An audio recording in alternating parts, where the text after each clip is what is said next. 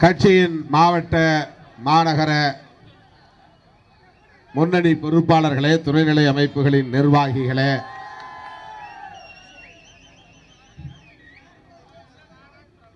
குறிப்பாக விவசாய அமைப்பை சார்ந்த நிர்வாகிகளே, கண்ணுக்கெட்டிய தூரம் வரையில் கடலென திரண்டிருக்கிற என் உயிரின் உயிரான விடுதலை சிறுத்தைகளே,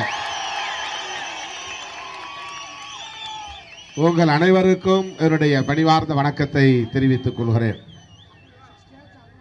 பெயர்கள் விடுபட்டிருந்தால் பொறுத்தருள வேண்டுகிறேன்.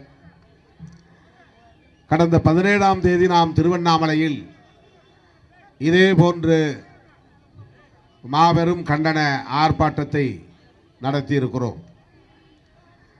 அதனைத் தொடர்ந்து இன்றைக்கு சேலம் மாநகரத்தில் இந்த மாநகரமே திணறக்கூடிய வகையில் பல்லாயிரக்கணக்கான சிறுத்தைகள் இங்கே நாம் கூடியிருக்கிறோம்.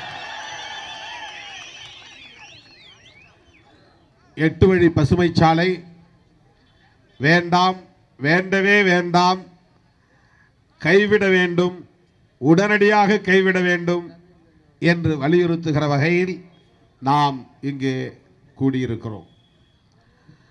சேலத்திற்கு போனாலே காவல்துறை கைது செய்து விடுவார்கள் என்று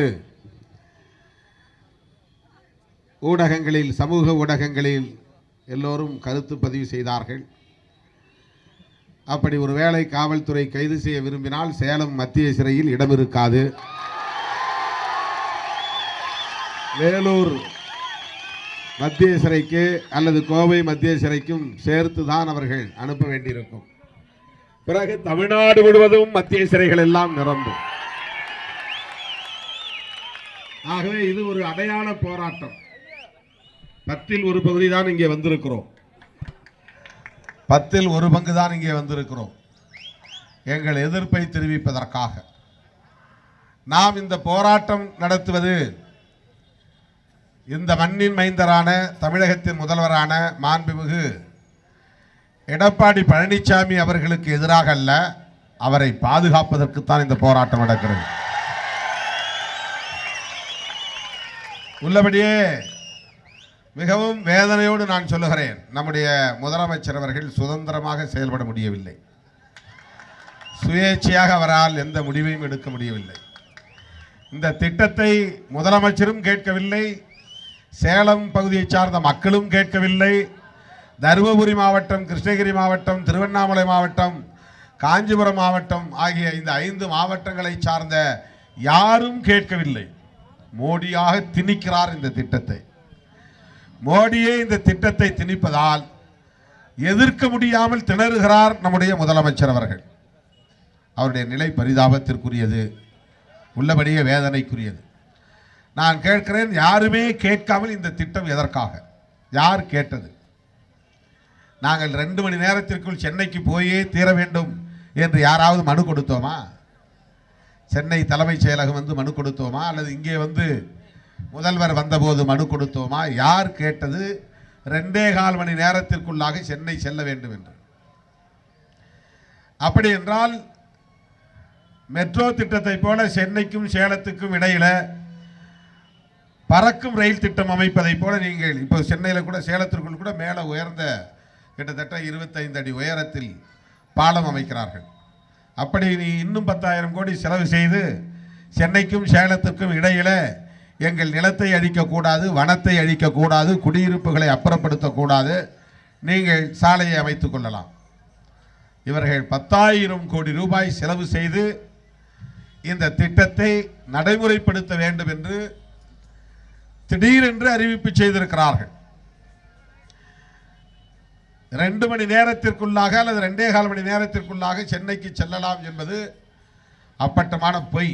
ஏனென்றால் சென்னை உள்ளே இருந்து தாம்பரம் வருவதற்கு 1 மணி நேரத்திற்கு மேலாகும், கிட்டத்தட்ட 1.25 மணி நேரம் ஆகும்.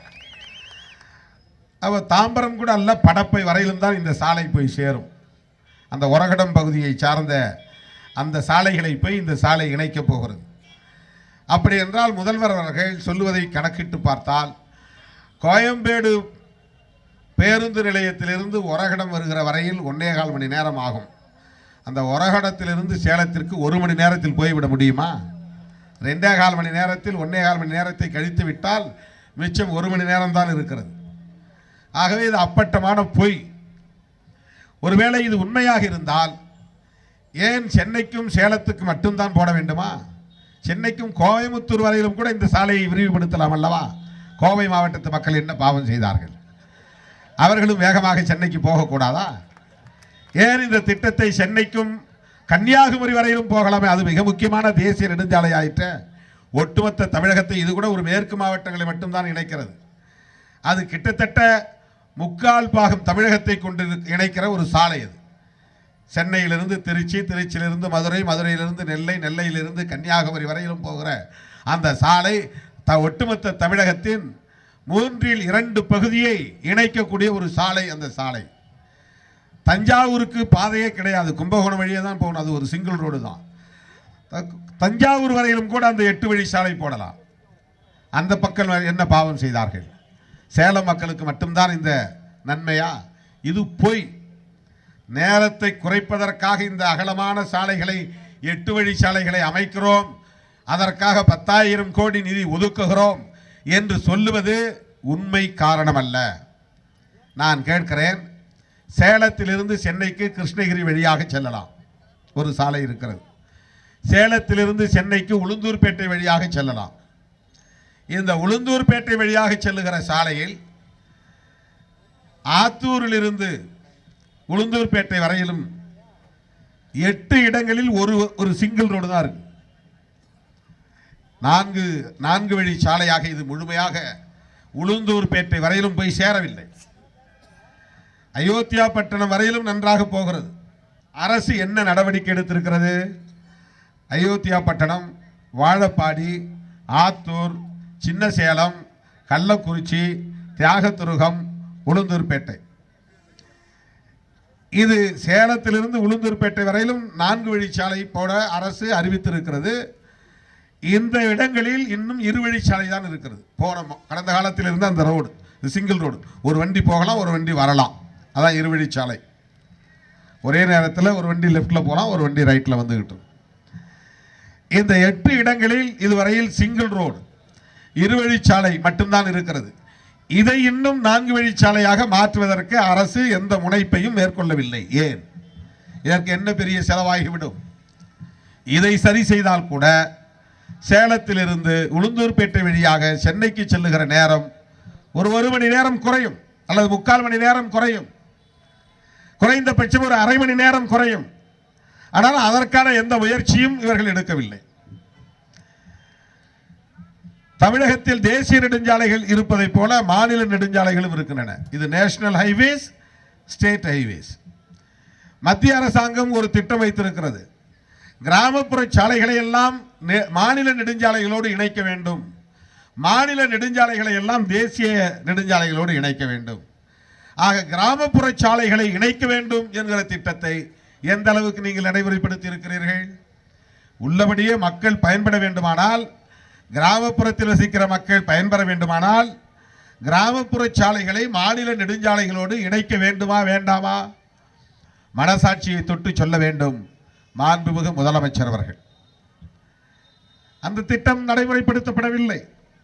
எத்தனையோ கிராமங்கள் இன்னும் மாநில நெடுஞ்சாலைகளோடு இணைக்கப்படாத சாலைகள், செம்மைப்படுத்தப்படாத சாலைகள், செப்பனிடப்படாத சாலைகள் இன்னும் கிராவல் கொட்டி அப்படியே கிடக்கிறது.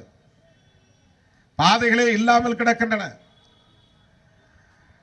எத்தனையோ கிராமங்களில் சுடுகாடு கிடையாது, சுடுகாடு இருந்தால் சாலை கிடையாது, சாலை இருந்தால் செப்பனிடப்படவில்லை. நாகப்பட்டினம் மாவட்டத்தில் திருநாள்கொண்டசேரி என்கிற கிராமத்தில் சுடுகாட்டுக்கு பாதை இல்லாததால் விவசாய நிலங்களில் நடந்து போகிறார்கள் என்று சாதி வெறியர்கள் அந்த பிணத்தையே தூக்க விடாமல் தடுத்தார்கள். மிகப்பெரிய கொடுமை நடந்தது. 4 நாள் நாரி போய் கிடந்தது.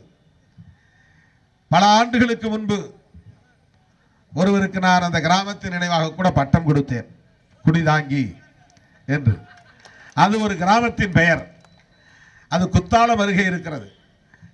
அந்த ஊரிலே ஒரு பிணம் இறந்து போகிறது, ஒரு பூர்வீக குடியை சார்ந்த பிணம். அதை தூக்கி கொண்டு பொது வழியே போக முடியவில்லை. ஏனென்றால் அவர்களுக்கென்று தனி வழி இல்லை, சாலை இல்லை. கிராமத்து வழியே போக முடியவில்லை. 4 நாள் நாறி கிடந்தது அந்த பிணம். இப்படி கிராமப்புறங்களை இணைப்பதற்கான சாலைகள் இல்லை, சுடுகாட்டுக்கு செல்வதற்கான சாலைகள் இல்லை, ஆற்று துறைப்பாடுகளுக்கு சென்று தண்ணீர் பிடித்து வருவதற்காக குடிநீர் எடுப்பதற்காக செல்லுகிற பகுதிகளில் சாலைகள் இல்லை.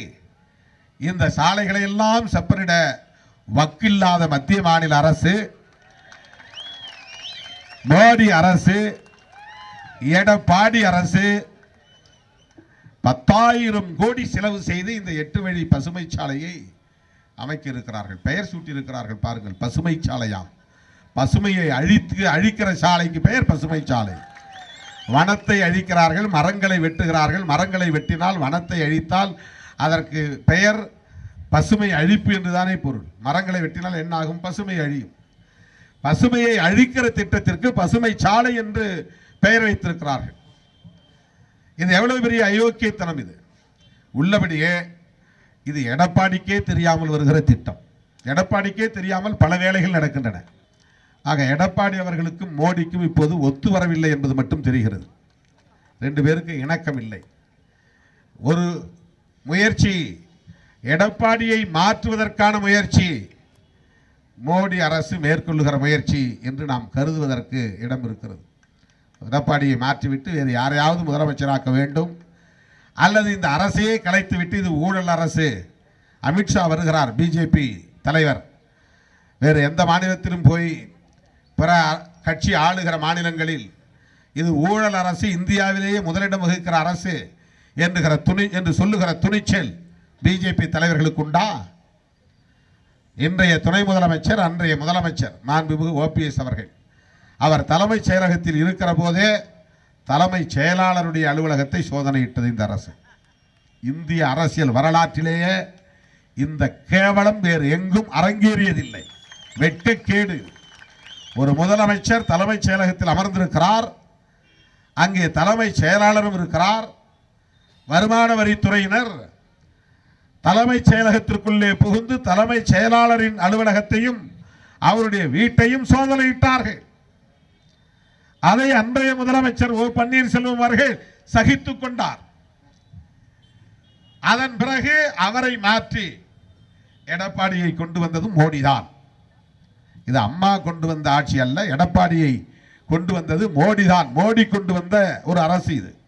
மோடியால் உருவாக்கப்பட்ட ஒரு அரசு. தேர்தலில் வெற்றி பெற்றார்கள். ஆனால் ஜெயலலிதா அம்மா இறந்த பிறகு இந்த கட்சியை தனது கட்டுப்பாட்டுக்குள்ளே கொண்டு வந்து தாம் விரும்புகிற ஒருவரை முதல்வராக்கக்கூடிய அளவுக்கு மோடியின் ஆதிக்கம் என்பது, பாரதிய ஜனதாவின் ஆதிக்கம் என்பது, மத்திய அரசின் ஆதிக்கம் என்பது இங்கே தலைவிரித்தாடுகிறது.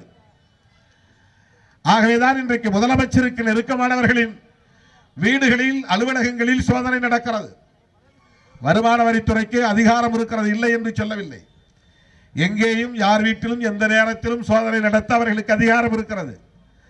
ஆனால் எங்கேயும் எந்த நேரத்திலும் எந்த இடத்திலும் யார் வீட்டிலும் வருமான வரித்துறை சுதந்திரமாக சுயேட்சையாக சோதனை நடத்தியதில்லை. மத்தியில் யார் ஆட்சியில் இருக்கிறார்களோ அவர்கள் விரும்புகிற, அவர்கள் ஏவுகிறபடிதான் வருமான வரித்துறையினர் சோதனை நடத்துவார்கள். இதுதான் கடந்த கால வரலாறு. யார் ஆண்டாலும் சரி, காங்கிரஸ் ஆண்டாலும் சரி, பிஜேபி ஆண்டாலும் சரி.